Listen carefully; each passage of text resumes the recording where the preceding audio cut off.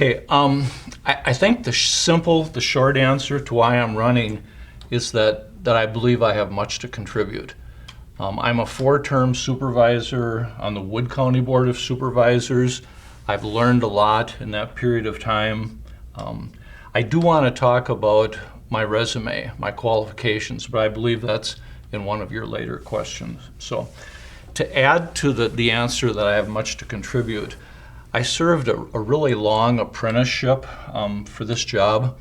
When I got on the Wood County Board of Supervisors, I knew that one of the things I had to do is I had to know my district intimately. Maybe wrong word.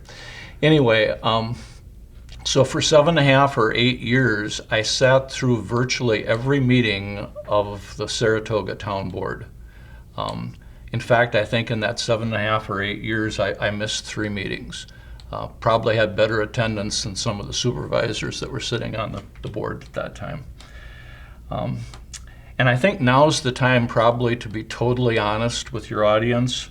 I'm going to say some fairly forceful things, but I think you have to understand I'm running for a reason. I'm running because I believe that change needs to occur. I have new ideas. I think those need to be expressed. So whatever I might say in the next few minutes, it's just part of the political process. So former and current town boards, I've witnessed to be at times disengaged.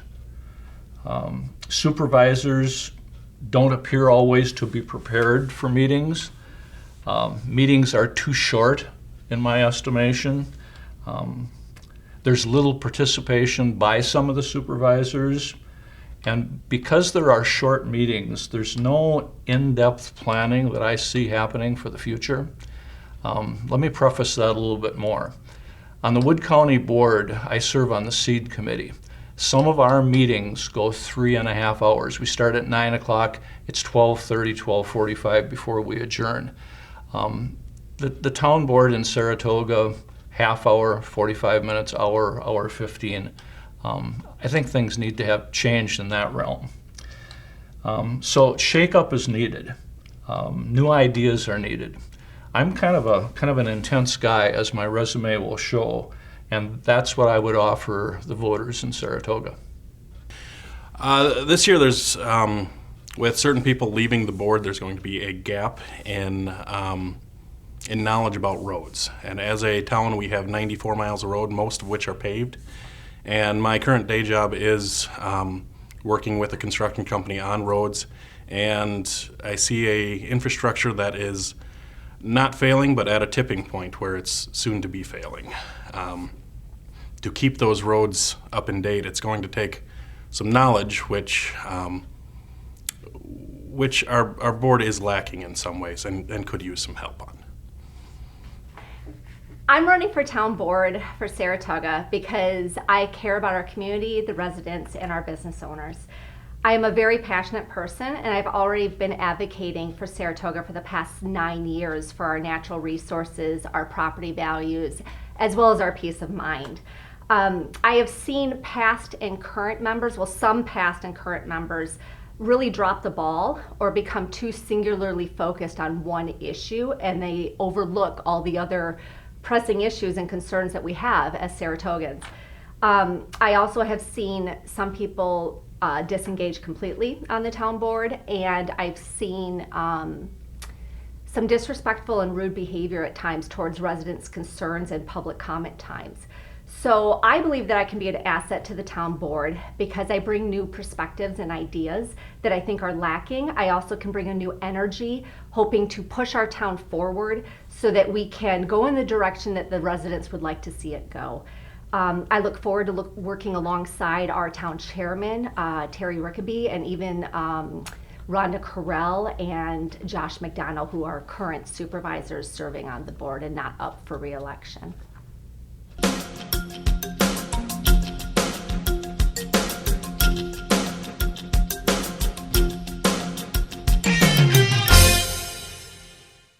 Well, there's a few issues. Obviously, we have the carryover from the Wysocki farms. There's still some water table issues, and Though those seem to be in the process of being handled, it doesn't mean they couldn't come up again. And on top of that, the road situation.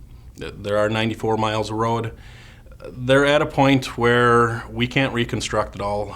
Our town budget barely allows us to do approximately 1.5 miles to 2 miles worth of road a year, and new pavement isn't lasting very long. It's only lasting maybe 10 years without maintenance. So trying to ensure that we stay a community that can get around well and is safe both on a roads, water standpoint are definitely important issues. So Saratoga has many issues right now on the burner, as well as some that are in the horizon. And we as a town cannot afford to be docile.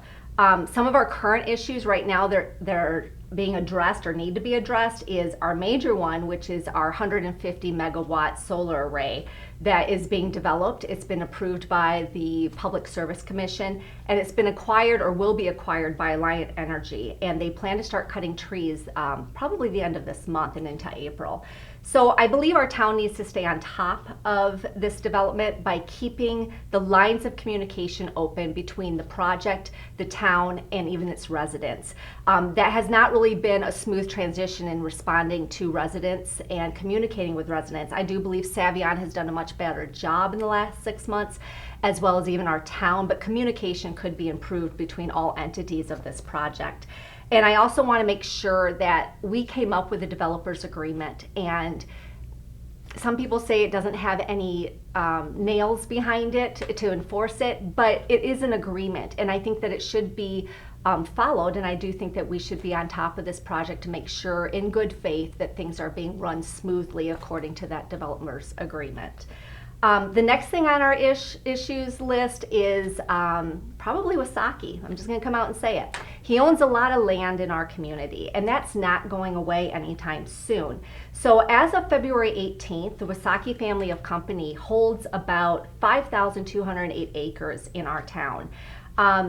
Their current agreement right now with the Wood County solar array being developed by Savion and Alliant Energy has a footprint of about 1,800 acres. So this land has not been sold yet to the project, and that's important because many solar arrays will not sell or buy, they won't buy land for their projects, they usually lease it.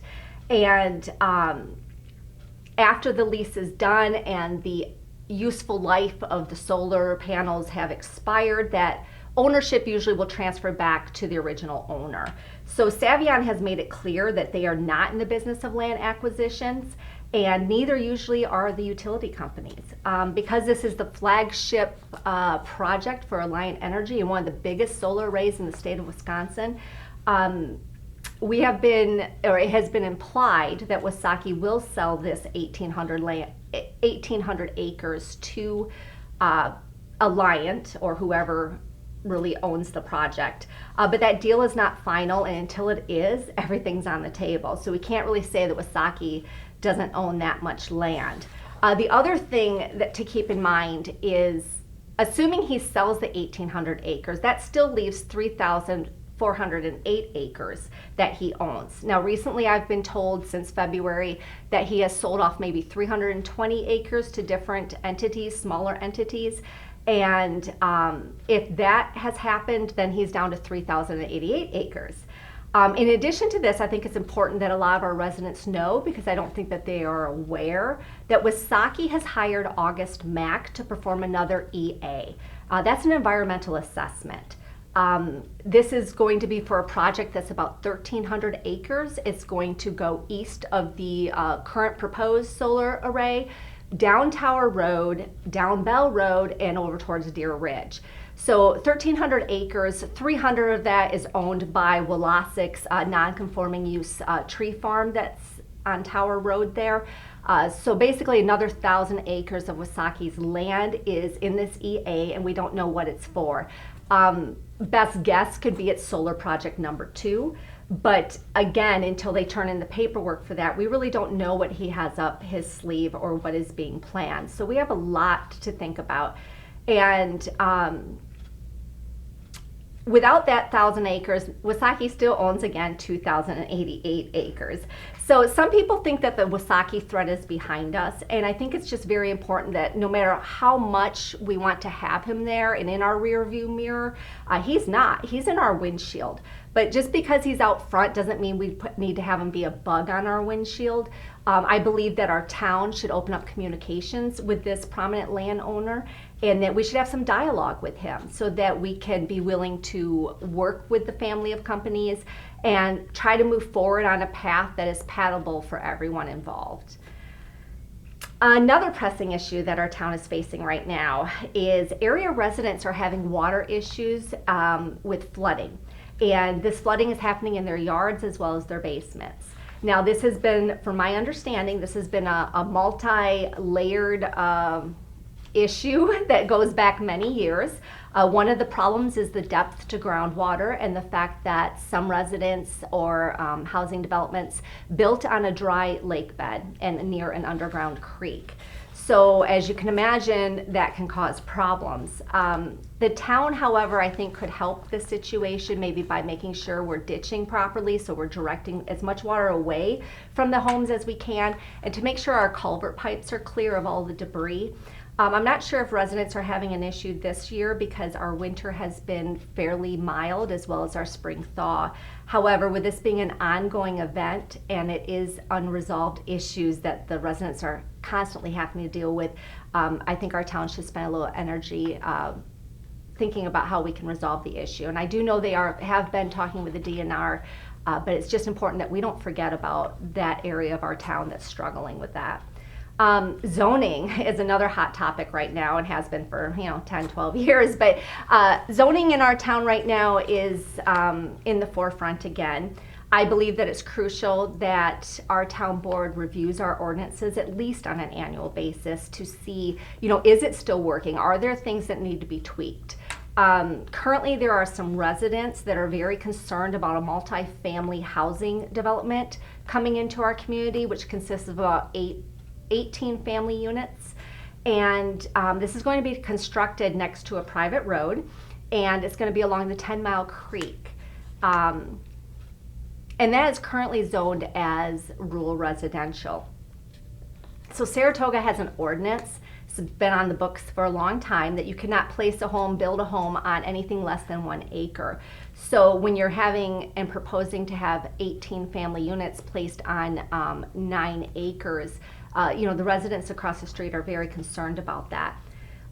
They bring up some very good questions, these residents, and their concerns are, I think some of the main concerns, they have many, but the one that I honed in on, because I can relate, because I researched water a lot during our CAFO fight against Wasaki. The water, where these apartments are going to be, is up gradient of the homes. So all water underground flows to the nearest stream, and that stream is 10-Mile Creek. And being down gradient of this development, there's already one lady there that is already experiencing severe land erosion along the 10-Mile Creek. So if you've ever walked that creek, it's beautiful, but it is sandy soils, right? So it's very fragile. It's almost like a mudslide. So all of a sudden, just the bank will just erode, and there'll just be chunks of soil and land just getting swallowed up by the 10-Mile Creek. And she's even had the Department of, the DNR, she's had the Wood County Land and Water Conservationists, the Army Corps of Engineers, and the USDA's Natural Resource Conservation Service come out and look at her land. And they all have said, whoa, this is bad. And that was 2 years prior to this development proposing to come in. And so why that's important is everyone in Saratoga is on private wells and private septic systems. And so if their drainage fields for that is up gradient of this soil erosion, it's all going to come through and percolate through our sandy soils and unstable possibly that land more with time. So it's something that has to be investigated because that's a real concern. They're estimating that the 18 family homes, some being 3-bedroom and 2 bedrooms, you're looking at probably 3 million gallons of water annually that wasn't really going through that area before. And right now it's forested and, grasses and underbrush. When you put in a development, you're talking concrete, you're talking, taking out some of those trees and roots and systems that would normally absorb some of that moisture, as far as the runoff. So there's some concerns there too. Saratoga also has been approached recently as another concern from the town of Rome on two main issues for them. One is the proposal of a fire district, and I believe that their town board is going to have this on their agenda on Wednesday, March 17th. That's this Wednesday, and I believe they will be voting on this issue as to whether to consider joining into the fire district or not. And then another issue for Rome is they would like to see a sewer line put through down Highway 13 into Rome so that they can handle their waste properly. They would probably hook up to either Port Edwards or maybe even Wisconsin Rapids. But this is something that we wouldn't force Saratoga's residents to join in on. However, it does take some thought, because if we are able to develop anything along Highway 13, or maybe even take advantage of the Sand Valley development, or maybe a hotel wants to come in or something, us being able to tap a sewer line too in the future could be to our benefit. But I do think that this really needs to be studied more before it's voted on, and I believe the town board as well as myself feel like this is not the most pressing issue right now for Saratoga. There is other things going on. And lastly, I think this is lastly, one of my most things that I'm excited about right now is the town of Saratoga started a new committee called Sparks, and that's Saratoga's Parks Committee. And I currently serve on this committee, and what people need to understand is Saratoga, population-wise, is the 4th largest municipality in Wood County. So only Marshfield, Wisconsin Rapids, and Grand Rapids has a higher population, and we have no park. We have no public place for people to go and hang out or just enjoy themselves. So I know Terry Rickaby, our town chairman, for years, this has been a vision for him to have a town park, and they just have never put it into place. And our committee is very passionate to see this through to fruition. And our primary goal right now, or purpose of this committee, is to identify appropriate locations for a park in our town, and then to seek funding through different grant options, whether locally or federally, in order to be able to help fund some of this. Our committee has already identified 5 locations that we think would be really appropriate and beautiful for a park in Saratoga. And Bill Leichtnam, who serves on our county board, he's most of your county board representative. He's an amazing man, and he's very driven, and he wants to see this idea realized as well. He serves on this Sparks committee, and he has informed us recently of, I believe it's the Planning and Zoning Committee or department at the county level, that they've come up with READY, not to be confused with REGI, but READY is Rural Economic Growth Development. Did I say that right? No, I'm confusing it now. Rural Economic Development Initiative. And through this, it's just another way where we can tap in expertise and get help and guidance, as well as possible grant money in the future. So there's many grants out there, and we're mainly looking at right now the Knowles Nelson Stewardship Grant, because actually that expires in a couple of months. And whether we're able to tap into that grant this year or not, and whether the state will renew that for another 10 years or not, we don't know. But we are actively going to see this happen in Saratoga and pursue it through land acquisitions and just different ways. So that's something to keep in mind too about Saratoga. Okay, with regard to pressing issues and how to address them, I think I've outlined 12. And so I don't know, in the time frame that you have, I'll state the issues clearly. If you would want to press me, or maybe at a later time I could get into some real specific answers. But I think the audience, seeing that I know what the issues are and knowing that I do have ideas, should be adequate for this. So, in general, I'd say this. There are 5 no's. 5 no's. Saratoga has, in my estimation, no identity, no central place, no festival, no marketing, and no outreach. Now, some of those 5 no's are pretty obvious, and I hope if I get on the town board, these no's will become yeses. But I think there's a couple I should explain. No identity, no central place, those are pretty obvious. What I mean by no festival is Nakusa has a pumpkin fest. There are cranberry events throughout the area. There's a 4th of July parade in Pittsville. I think Allman has a tater festival or something like that. We have nothing. By no outreach, what I mean is this. There's no outreach to other town boards, other governing units that surround Saratoga. I think there should be. There's no outreach that I can see, at least through 7.5 years of sitting there, to other levels of government. I sit on the Wood County Board. Usually I don't enter into discussions of the town board because I don't feel that's my place. But there's no place on the agenda for that. And I think that needs to change. Okay, let me get more specific. Let's talk mill closures for a minute. When the Port Mill closed in Port Edwards in 2008, and I think that's the right year, most of us felt that was never going to happen again. That was an anomaly. Okay, so 2020 rolls around and the Rapids Mill closes. We have to realize that Saratoga is a bedroom community. And at the point where 1,000 workers have been, lost their jobs, I think we have to realize that many of them came from Saratoga, from our bedroom community.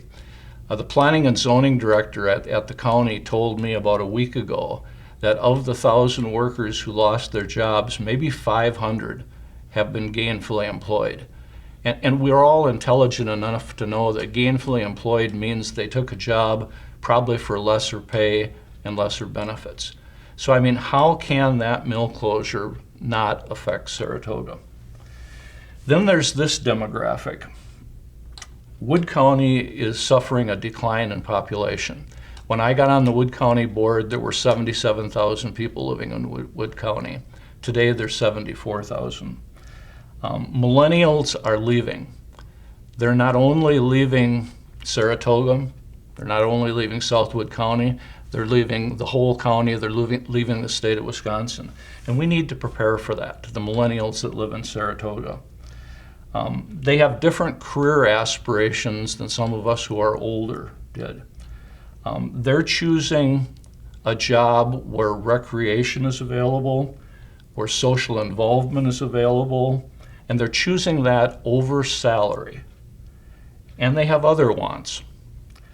They want broadband expansion. They don't want 1 bar, they want 5 bars, they want 5 bars everywhere. They want medium-priced housing to be available to them. We don't have that. There's a housing shortage throughout the whole county. They want to live in a non-urban environment. The dream in Saratoga, it was my dream, is that we have 5 or 10 acres and a pole shed. The pole shed for our boat, for our ATV, for our snowmobile, for all the stuff that we have to store. And we wanted to be in a rural environment where we could use all of them. They want, I believe, a trailhead. For that ATV of theirs, with their 5 and 10 acres, they want a link to something. So on the county level for 3 or 4 years now, we've been working, I don't know if the viewers know this or not, but all the way from Black River Falls to Wisconsin Dells. There's a lot of trails that emanate from the Black River Falls area through Jackson County. We've moved that into Northwood County, to Southwood County, across the Nakusa Bridge, into Saratoga, to Adams County, and all the way down to the Dells. Wouldn't the recreation possibility of a trailhead right here in Saratoga, centrally located, be something for the people of Saratoga? I think it would. Let's talk solar array for a few minutes. That's an issue in Saratoga. How can solar not be a good thing? I remember standing on the back of a pickup on a hot day in August talking about the developers agreement that was needed with Alliant Energy, WPNL, Savion, whichever of the entities you want to describe. And I think solar is to our benefit. Now, the footprint, the face of Saratoga is going to change. 1,700 acres of trees, 2 square miles of trees in our community are going to disappear. And there's something else I want to enter into the mix here too. About a year ago, I heard of Badger Hollow, a similar solar array in southwestern Wisconsin, I believe Iowa, Grant County. I wanted to drive down there to see it, but it hasn't been built yet. And so I started studying it, and about a week ago I saw this.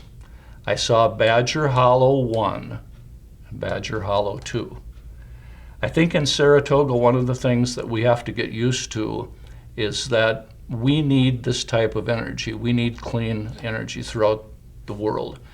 I think the Wood County Solar Project may, just like the Badger Hollow Project, become Wood County Solar 1 and Wood County Solar 2. I think that's in the realm of possibility. And I think Saratoga has to prepare for that. Let's talk golfing destinations for a few minutes. With the development of Sand Valley and now Lido, and I don't know if you've heard about Lido or not, but the embellishment or the replication of a golf course on Long Island, right here in central Wisconsin. With that, there are people coming to the area looking for that housing that we've been talking about. Saratoga needs to be prepared to provide some of their needs. And there's this. What about a parallel, not sure that's the right word, or supporting or complementary industry or development right here in Saratoga? We should be thinking about that. What about those recreational ideas? We should be thinking about that, those opportunities. What about a town park? What about a nature preserve? These are things that the Saratoga Town Board needs to be thinking about. We need to jump into the future. Some other things that I think we describe as pressing issues. There is poor communication between the Saratoga Board and their residents. Those meetings that I spoke of that I've attended for 7.5 years, when I first attended them, I was the only one in the audience, or there were 2 or 3, and on occasion 5 or 6 or 7 residents, but only when they had a concern. And so that poor communication has manifested itself in a couple of ways. I've received telephone calls from residents who say, what's going on in the town? What's going on the town board? I don't get a mailing anymore of town board meetings. And they're right. When I go into the Saratoga Mini Mart to gas up, there's a little metal box just to the right of the door. There's never any copies of a meetings report there. And for the people who are older, who don't have broadband, who don't operate a computer, they're used to the old familiar mailing that we used to get. They want to know, but they don't have access. Let's talk about the Wysocki land issue for a few minutes. I know there's a feeling in Saratoga that the CAFO's been defeated, it's gone, it's never going to happen again, and I'd just like to caution your audience about that. About 2 weeks ago, I had the Register of Deeds office prepare for me a map of the largest landowners in Saratoga.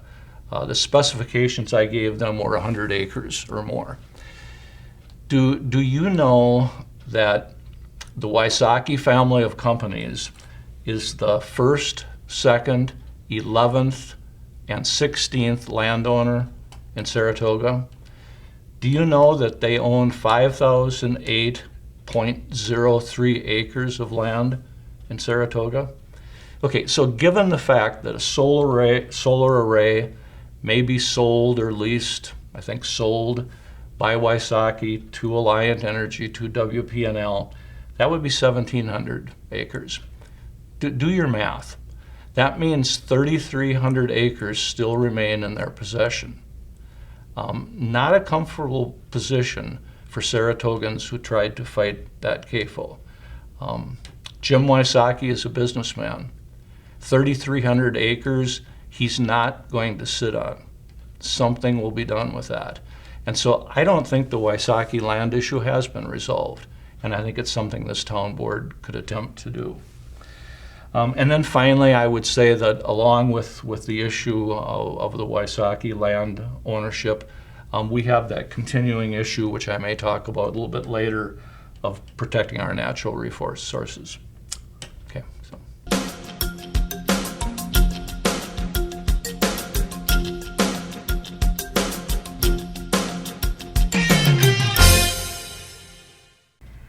So the town of Saratoga did implement some ordinances, and they tried to base that on our comprehensive plan. Do they have adequate ordinances? Again, as I stated earlier in a question, I believe that our ordinances should be evaluated on a yearly basis to see, are we protected? Is this what we need? Can we open up things? Should we restrict things? Right now, with the development that has come into our community and with the residents' concerns, I do believe that we need to relook at our ordinances. However, I think residents also need to realize that the town is kind of structured around statutes. We just can't do things that aren't legal either, because we might not like it. So it's a balancing act. I think the developer right now that's coming into our town is very reasonable, and I think this is a learning lesson for us, so that whether I'm on the town board or not, hopefully they will look at these ordinances so that in the future we can avoid placing multifamily homes or big apartment buildings next to really rural preservation and residential properties where people have 5, 10, 15, 20 acres of land, and maybe putting them in more areas where it's already, I don't want to say more crowded, but just more appropriate for the location and the soil type and things.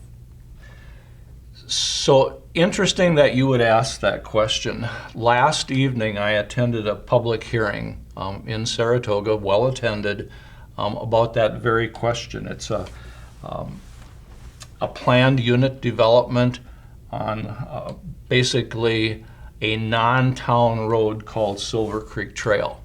And the residents last evening were very opposed to this planned unit development. At any rate, there was no resolution last evening. In my estimation, I think zoning in Saratoga is going to need to be tweaked. I think that's a thing. Rural residential 1 zoning may have to be tweaked. But beyond that, state statutes and the Uniform Building Code are probably going to come into play here in this situation. But in the future, as is always necessary in government, I think we need to look at how things are playing out and what can be done in that future. This is actually a bit of a tricky question. It gets to the point where what we want to represent as a town.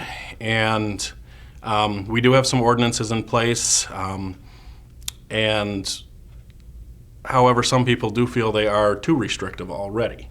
In general, I do believe our ordinances could be updated. And it's not so much actually ordinances, it's probably a lot to do with zoning updating, because not all of Saratoga is the same. In the northern part, we have more subdivisions, getting near Wisconsin Rapids and Nakusa.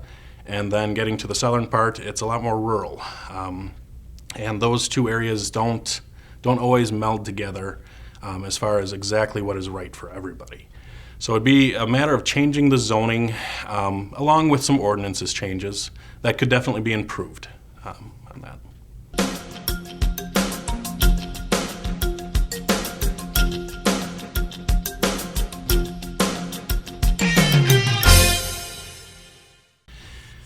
The solar array project,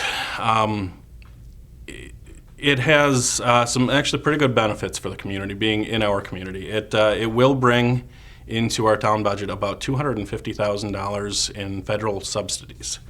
And then it will actually bring more in Wood County as well.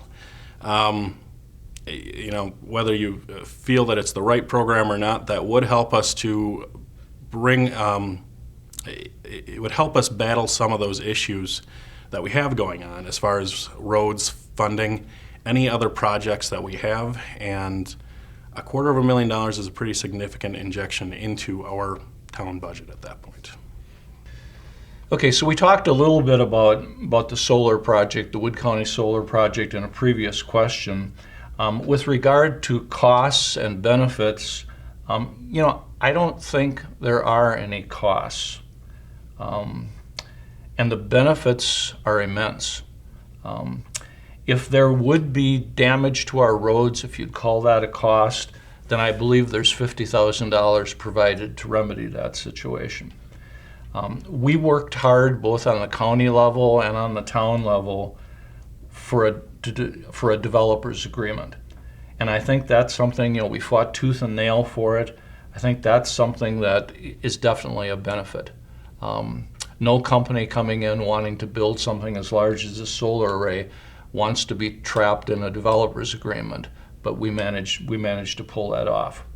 So $250,000 a year for 30 years, my elemental math says that's $7.5 million. And that's to the benefit of Saratoga. We can do so much with that. But, and this is a big but we haven't made the ask. We haven't asked. So for instance, if I get on the town board, one of the first things that I would ask Alliant or WP&L for, at a very minimum, is a scrolling electronic message board right out in front of the administrative building, right on Highway 73 West, where we can communicate to our residents some of the things that I mentioned previously that could be communicated. I was in a meeting Tuesday afternoon, this last Tuesday afternoon, with the developers. I think there were 14 people by the time the meeting was over. It was a telephonic conference. They said that they want to be active in our community, and that's good. They said that in other communities they've sponsored golf tournaments, they've done toy and food drives. I would hope they'd sponsor scholarships. They said specifically in Saratoga that they want a town road pull-off where people can view the project. They want kiosks. They want to be involved in Nakusa schools, invite students to field trips out and look at the solar array and see how their project is providing power to, 40,000 homes. They want solar programming through Mid-State Technical College. And so I think those are all in that category of benefits. I think we benefit immensely from that. But I would emphasize again, Saratoga is going to change. It may change immensely. We need to make the asks. We need to ask for a number of things during that development phase before the project is finished. So yes, the solar array is an exciting project. It can be a scary project too. It's one of the first ones ever built in our state that's this big.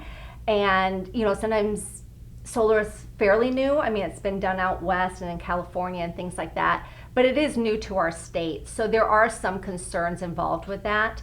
The cost of it is our trees. However, we don't necessarily own the land, so they do have the right to harvest those trees as well. But in doing so, they have to really look at our permeable sandy soils. They're plainfield sands, and the U.S. Geological Survey says that basically those soils are really good for just growing jack pines and red pines. There's you got to be careful what you do on it. So I think the scope and the magnitude of this array, I don't think really anybody can picture it until it's in. This is not a few solar arrays on top of a building or in somebody's backyard. I mean, we're talking thousands of acres. And another high power line coming through and cutting through people's lands. So there's a lot of issues involved here. Will they follow setbacks? We've been told certain things by Savion in the beginning that later on in meetings they've gone further. For example, during the Wasaki fight, I was on the groundwater quality committee. I was the chair of that, and I learned a lot about our water. And one of the things that I'm concerned about with this solar array is they told us that they would use environmentally friendly herbicides to clear invasive species of grass and everything. Originally, they made it sound like they would just spot treat certain areas. And then later, when we got closer to a hearing, they disclosed that, actually we're going to use glyphosate, and we are going to apply a broad application for about 6 months straight. So I'm concerned about that because you're going to be doing that after, again, the trees are gone and the root systems have been pulled up and nothing's on the land. Again, when we have very permeable soils, anything put on the land and with rain goes straight down into our shallow groundwater. It doesn't take much to reach our groundwater. So for those residents around that area, I am concerned for that short period of time. Other than that, I think it's a fairly environmentally friendly proposition, and it'll just be interesting to see where things go. I'm also concerned we were told there was going to be no battery storage, or at this time they were not planning on battery storage. And then, Alliant Energy makes a comment that, everything's going to be built with battery storage. So, that will happen with any big project, but that's again why I said we need to keep close tabs on it. So those might be some of the cost. Some of the benefits, obviously, that everybody hones in on is it's green energy, and that's where all the new subsidies and grants are going, is for, green energy. And, we do need to do something for our environment. So it is kind of exciting also that we're on the beginning stages of this, new technology that can transform and provide energy for, I think they said 40,000 homes. I don't believe that's going to be local homes. I believe that gets wired out and sold to the grid somewhere, but it is exciting. The other major benefit that everybody talks about is the money that's going to come back to our community, the county as well as our local town. The county gets more, they get $350,000, and our town's going to get expected $250,000. I believe this is annually. And so obviously in hard times, that is good news. We can reinvest that into our community. Some of the ideas that I have for that, again, this would have to probably get approved by the board or go through the referendum process, but I would see our town's been really fiscally responsible and conservative for many years, and that's to be applauded. But I think some of this money, I think we could put aside a portion of it, $25,000 or something, earmark it, and maybe put in an endowment fund or an investment or something. And I think it would be really cool if we could give back to our community, to the seniors or to the local high school students that are graduating, to offer them scholarship opportunities to go to school. I think maybe, $5,000 or $10,000 could go for that. And then maybe another portion could go to non-traditional students. So we're talking about the person that lost their job at the mill and they need to go back to mid-state or get retooled, and retrained, to provide scholarships for them. There's also business owners that have to up their licenses and constantly go back to school for continuing education, whether you're a hairdresser or, all of those things that have certifications, teachers, you name it, that maybe we could offer a portion of the funds to as a scholarship fund.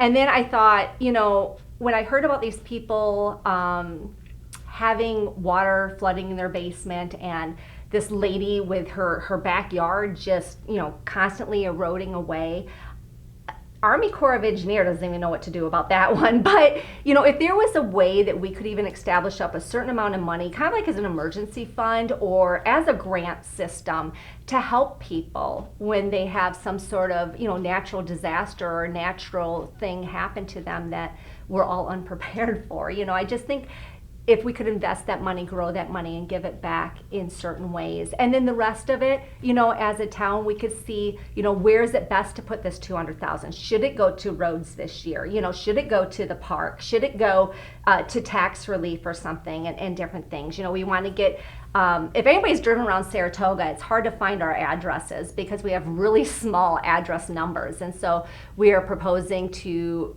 bring in these nice ones that the emergency vehicles would be able to see. that costs a lot of money, so maybe we can use some of that money one year to offset the cost instead of putting that on the residents. Be like, okay, hey, we have this money coming in, maybe we can take care of that for the residents. So there's a lot of different ways that we could look forward to using that money as one of the benefits to the solar system directly to our community.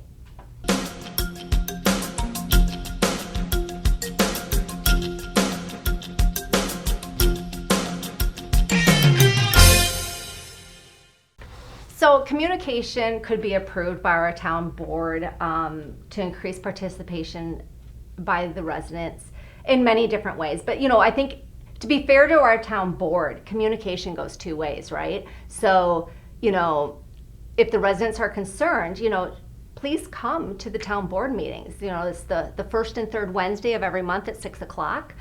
Planning Commission meets on I think the second Wednesday of every month. All of that's on our town board website. But if you want to know what's going on, look at the website, come to the town board meetings. It is two ways in order to communicate. But for our town, I do think that there's ways that they could reach out more. I mean, I don't think we've asked them about mailers. They've said they've done it in the past. Nobody reads them. It goes in their trash. I don't know. I know our community's half young people, half aging people in demographics, but I think you reach a lot of people by a mailer at times. I know they're expensive, but maybe a biannual mailer to go out just to inform people of what's going on. We could also get a nicer message board that can actually be seen and maybe put that up through town and just kind of like a ticker tape running through there on some of our more pressing issues, reminding people, hey, there's a town board meeting, or hey, this is going on, and even fun stuff could be announced on that little marquee or sign that we might be able to get. I think another great idea too, I'm not sure if our town's done it. If they have, I'm not on the email list, but I'm thinking create an email list. Our group, Protect Wood County, and some of the other organizations that I've been involved in, 4-H, church, you name it, there's usually an email list nowadays where you're able to send out reminders to people and keep them current, and not to bog down their emails because everybody gets way too many emails these days. But, again, maybe quarterly or monthly, just to give a little update on what's going on and show the links so they can see the minutes to the town board meeting. I think all these would be great ways to improve communication with our residents. Okay, and I think the idea of better communication and resident involvement is really significant to my campaign. I've looked at the Saratoga website for those people who use it, and I think it could be vastly improved. I think there could be weekly entries into that website. I would favor something like, many of you receive from your school district administrator a monthly report. I think that website messaging could contain a chair's report. I think they could have features in the website like getting to know your supervisor, how to contact your supervisor, how to contact your town board. I think we could do features like meet your town clerk, getting to know the town treasurer, getting to know the building inspector, getting to know your road crew, getting to know your constable. I think there's so much more that could be done in 2021 in the realm of electronic messaging. I mentioned that electronic message board that I would ask Alliant for. I think that's something that can be done to improve resident participation and involvement. I don't know if your viewers know this or not, but there's one committee, the Plan Commission, on the Saratoga board.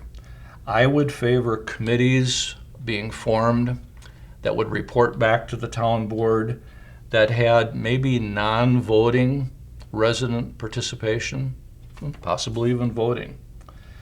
I think the office hours of our town chairman, actually there are no office hours right now. I think on the 2 Wednesdays a week when there are town board meetings, what would be wrong with in-person availability for maybe only 2 or 3 hours on the day of those meetings? Talked about that mailer a little bit, the availability of a town printed newsletter at the Saratoga Mini Mart. Maybe there are other locations that could be available for those people who don't have electronic communications. And then I think our town board agenda needs to be revised significantly. Probably committee reports added to that agenda, a place for public comment. I'm used to county agendas. And, we as county supervisors in our monthly meeting, we alternate the job of saying the morning prayer. We do a Pledge of Allegiance. I had one of our current town board supervisors say to me, it was about 6 months ago, we don't even say the pledge at our meetings. And I think that's a necessary thing. I'd like to see in Saratoga greeting signs. Many of you have seen the greeting sign as you travel down Highway 13 south into the town of Rome. Just a beautiful sign. In the 4 cardinal directions on Highway 1373, County Z, we could do something like that. That could be one of our asks. We could ask Alliant to do that for us. And just think about it for a minute. What about the pride of being a Saratogan? What about the desire for involvement?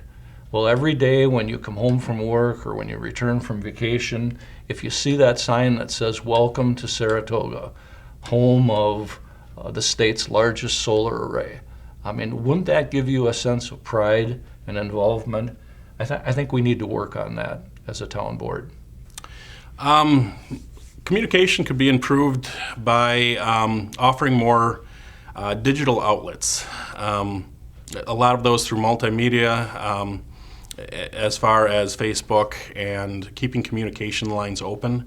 There's a lot of other communities in the area that are also starting to do Zoom meetings or meetings that are out there on YouTube, that so that if you can't make it to our meeting or have health concerns and don't want to come to the meeting and subject yourself to that, you could. And we could always improve on trying to open up that communication by just making our meetings and our processes more open and to the public.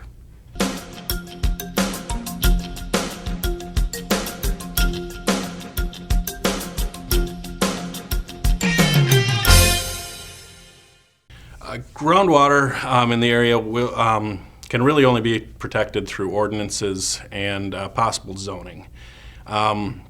This is not an issue that is unique to Saratoga. There have been many other areas that have covered this, and it seems to be a combination of zoning to make sure that we have the type of land use that we would like in Saratoga, and also some ordinances to make sure that things are being handled properly. Unfortunately, we before the Wysocki farm, we did not have many of those ordinances in place, and we are still probably lacking in some areas. And looking into what we can do more before we get to that will save us with problems and legal battles in the future. Okay, as far as groundwater, kind of a short answer here. The town currently has 10 continuing to function monitoring wells. I think they need to stay in operation for a little bit longer. Again, we'll have the $250,000 a year from Savion Alliant Energy.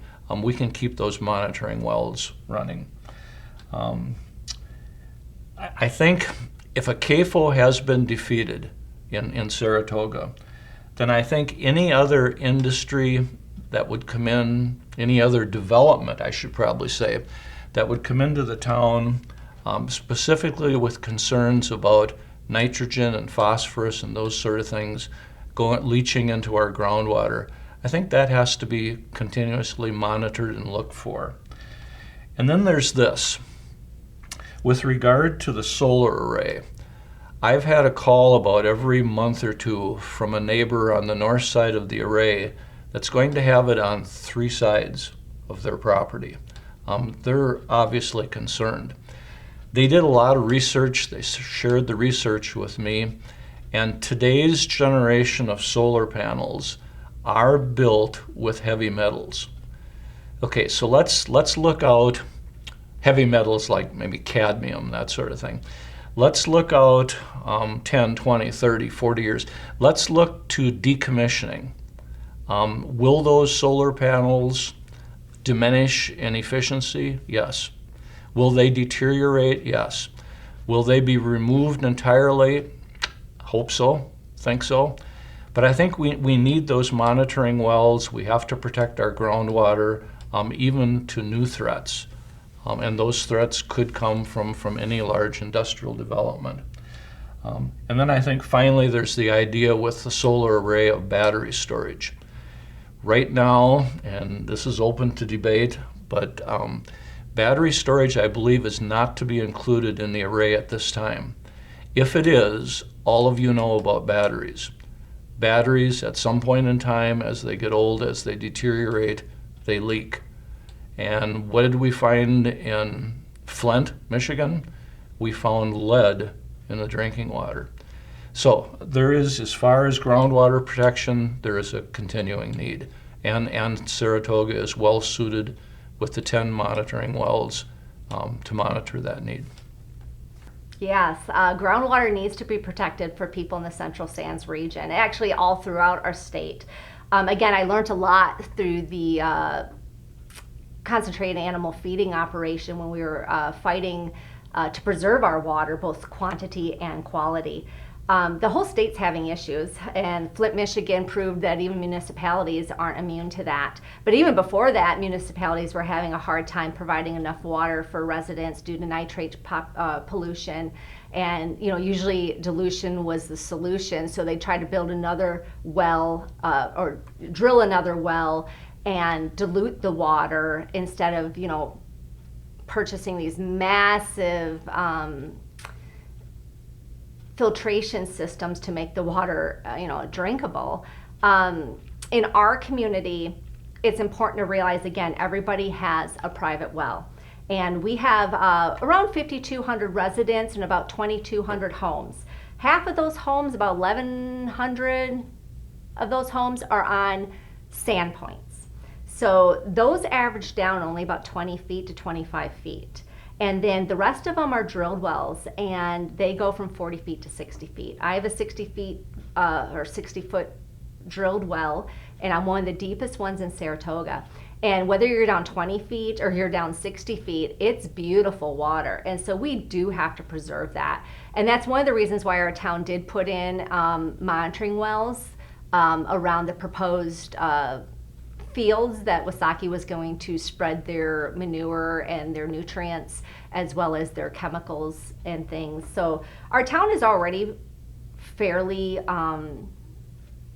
proactive, you might say. We have requested that they drop in a couple more monitoring wells now around this solar array, again, so that we could measure possibly for the herbicides that they're going to apply for 6 months, or maybe for battery leakage and things like that. We've always been advocates of our town testing their water, individual families testing their water. Protect Wood County has held multiple drives to have people test their water so that they could have a baseline. And so again, I think water issues have been pretty up front and in everybody's faces for Saratoga. I don't know how you could have lived there in the last 5-10 years and not realize our water is important, and we're trying to do everything we can to keep it from being contaminated and to keep that we have plentiful supply of it.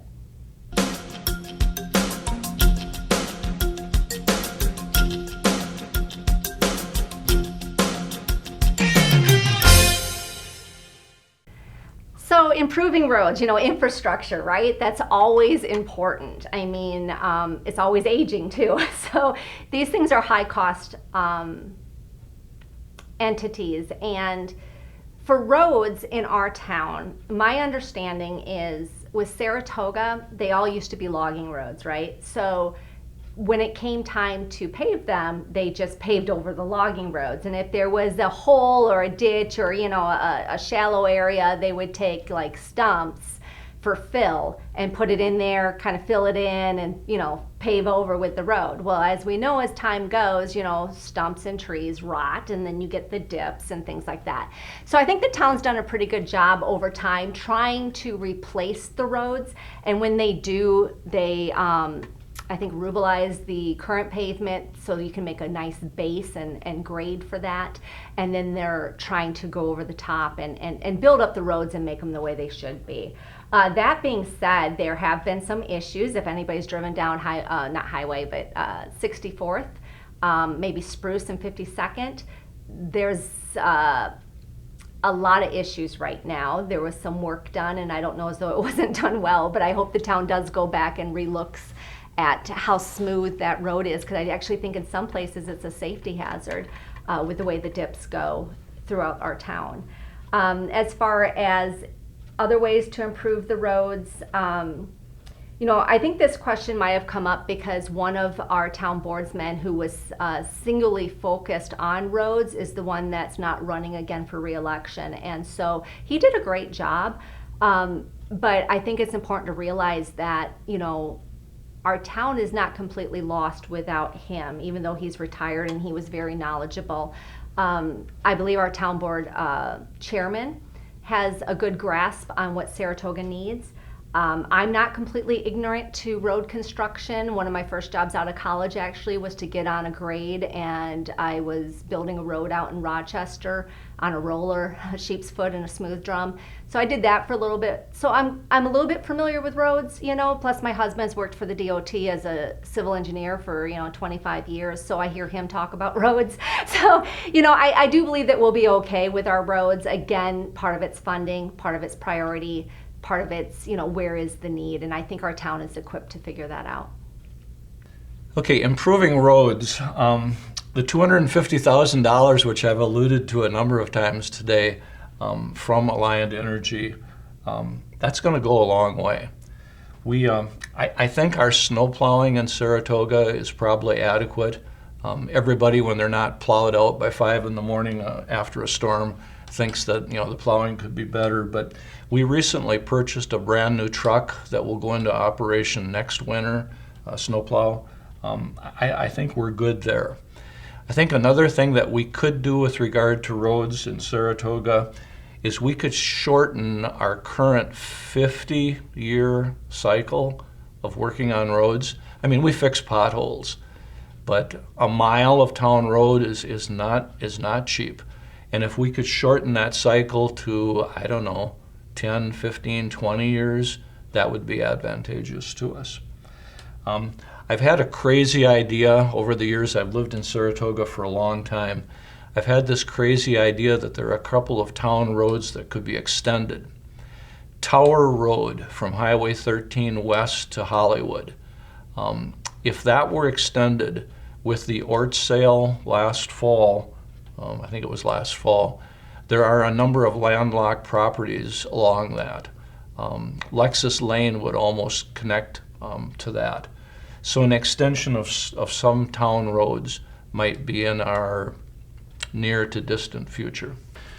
To improve roads, we need to take a wide approach. I work in the road construction industry now, and new pavement is not lasting anywhere near what people would expect. It's usually, its life is around 10 years without being taken care of.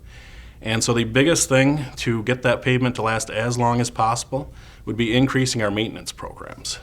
And that would be increasing possibly chip sealing, possibly doing more overlays,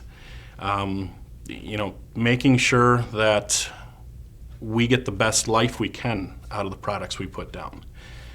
It's not an easy solution, and I'll be honest, I don't know that I have 100% of it, but we have a lot of roads, we have a very small budget, and we have to maintain every bit of it that we can. Along with that, there's also pursuing federal and state grants, many of which will be coming out in the next 2 years, and pursuing and utilizing those grants to the best of our ability.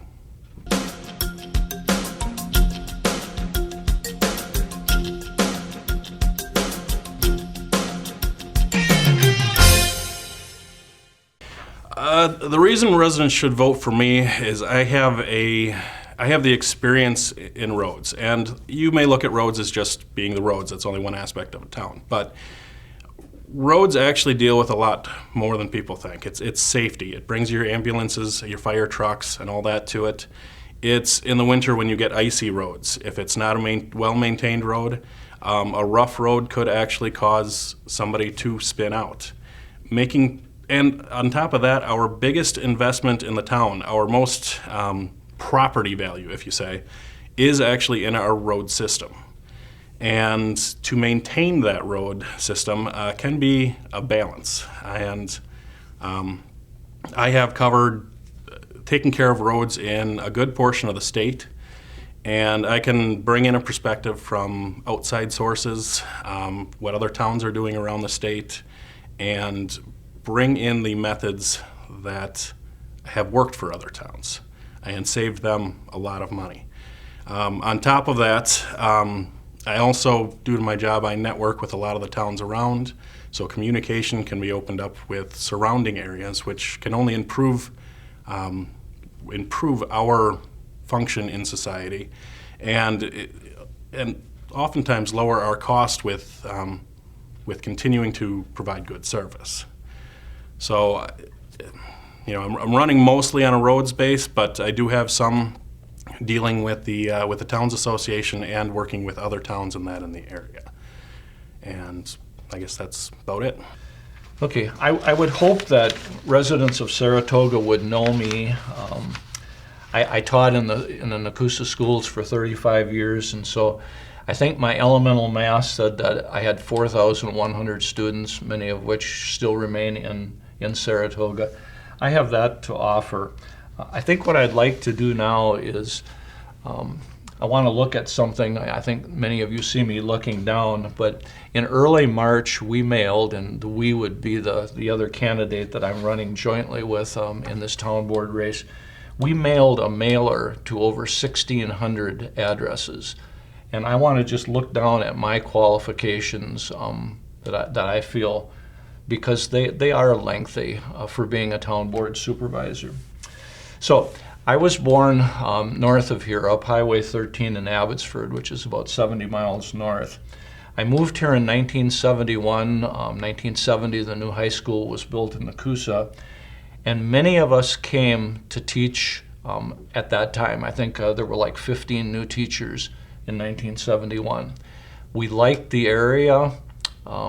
We liked each other. We decided to stay. Uncommon to the industry, if you can call education an industry today, that's rare for somebody to stay 35 years. I've built 3 homes in the town of Saratoga, built them largely myself. The last one, it was just the lead carpenter and I, and kind of a funny story here. We finally moved in on September 20th or some such date, when my wife said to me, "Enough. Don't care about the building inspector, don't care about anything, we're moving in." So at that point, I had to hire another carpenter. But I've worked on that myself. I taught in the Nakusa schools for 35 years. I coached for almost 45. After I retired, I continued coaching. I guess they liked me, and I stayed on doing that. I worked summers in factories. As I mentioned, I've worked as a carpenter. I've taught driver's ed in the Tri-City area, in Nakusa and Port and Rapids. Actually, I had a student from Pittsville, one from Auburndale. Did that for 11 years. I've been on the county board. I'm in my 4th term right now. I'm vice chair of the SEED committee. That's Conservation, Education, and Economic Development. That's that committee that goes 3.5 hours. I'm vice chair of the Legislative and Judicial Committee. I've been appointed to the Wisconsin Counties Association Steering Committee, it's called, on Environment, Agriculture, and Land Use. I'm in my 2nd term on that. I'm chairman of the Wood County Citizens Groundwater Group. I'm chairman of the Central Sands Groundwater Collaborative. I want to talk about that for a minute. That was largely my idea.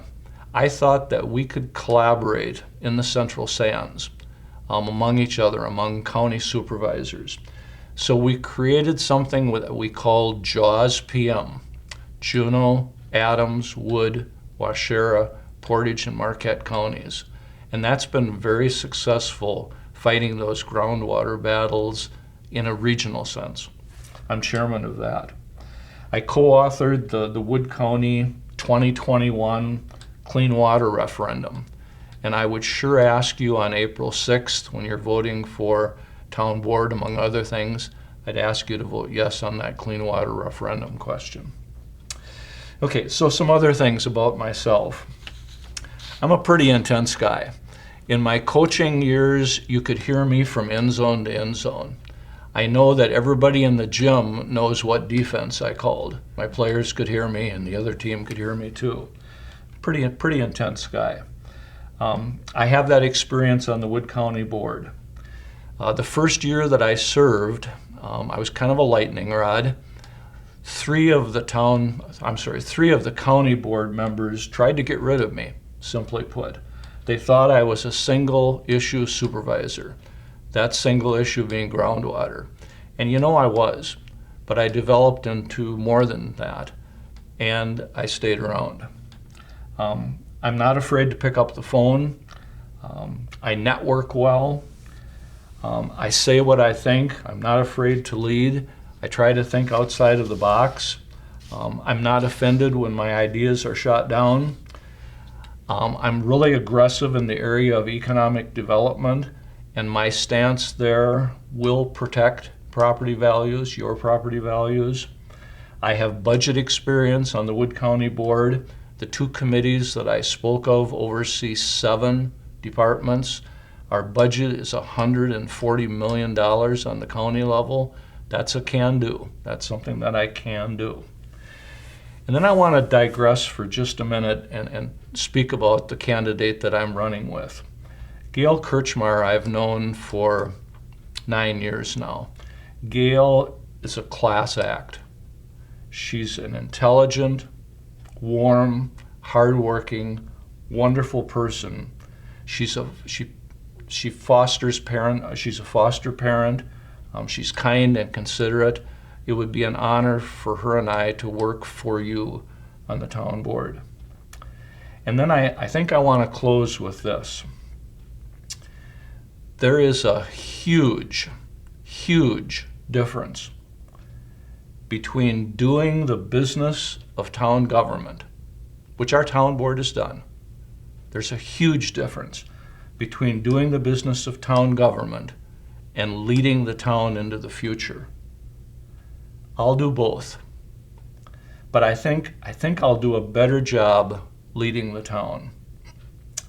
And so I guess with that comment, I'd say that I appreciate you listeners listening to this today. I want to thank Joe for mostly listening. I want to thank the League for sponsoring this candidate forum. Please vote on April 6th. Please vote yes on the clean water referendum question that will be before you. And thank you once again for having me. So in terms of qualifications for being a town board supervisor, I've really never done politics before. However, I've always had a leadership role. I mean, even back when I was in my youth, I was really active in my church as well as in 4-H, and I did a lot through that. And I got a job early on, might have been breaking child labor laws, but I worked a lot in high school and I worked my way up before even graduating into management. So when I went to college, I had a better job at getting a higher paying job in college that I worked myself through as a manager as well. And so I just have a lot of experience in business management and leadership.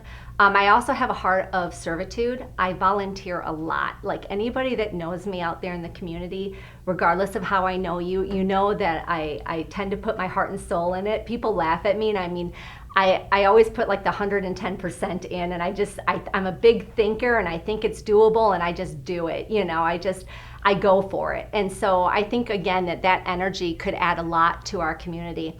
I went to school for criminal justice, sociology, and I had an emphasis in law enforcement and corrections. And so I learned a lot through that. I went through the recruit school and was a top graduate out of, where was that? Up in Wausau, North Central. And I think a culmination of everything that I've gone through in my life, starting nonprofits and helping people. That's just part of my heart. I'm currently a Stephen minister. I've been a foster parent. I've been a crisis intervention worker.